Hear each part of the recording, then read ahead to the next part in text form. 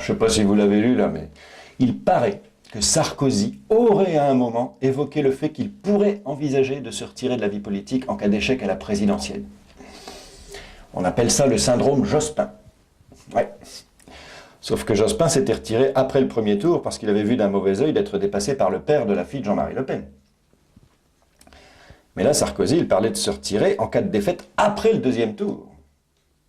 Ce qui veut dire qu'en cas de défaite au premier tour directement, il resterait dans la vie politique.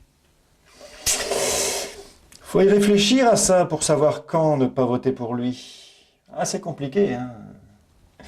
C'est plus simple avec Jean-Pierre Chevènement, parce que lui, au moins, il a décidé de se retirer avant le premier tour. Comme ça, les choses sont claires. Ce qui a permis à certains journaux de titrer d'ailleurs « Chevènement se retire, le PS est soulagé ». Alors, quelle conclusion peut-on tirer d'un tel titre? Chevènement se retire, le PS est soulagé. Deux conclusions principales. Chevènement se retire, ça veut dire qu'il ne veut pas d'enfant. Ouais.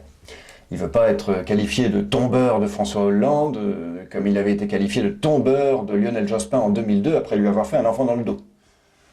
Donc, Chevènement se retire, ça veut dire pas d'enfant dans le dos. Et le PS est soulagé,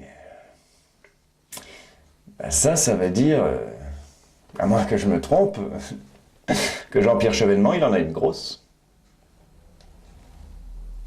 Et si je me trompe, c'est encore plus énorme, non?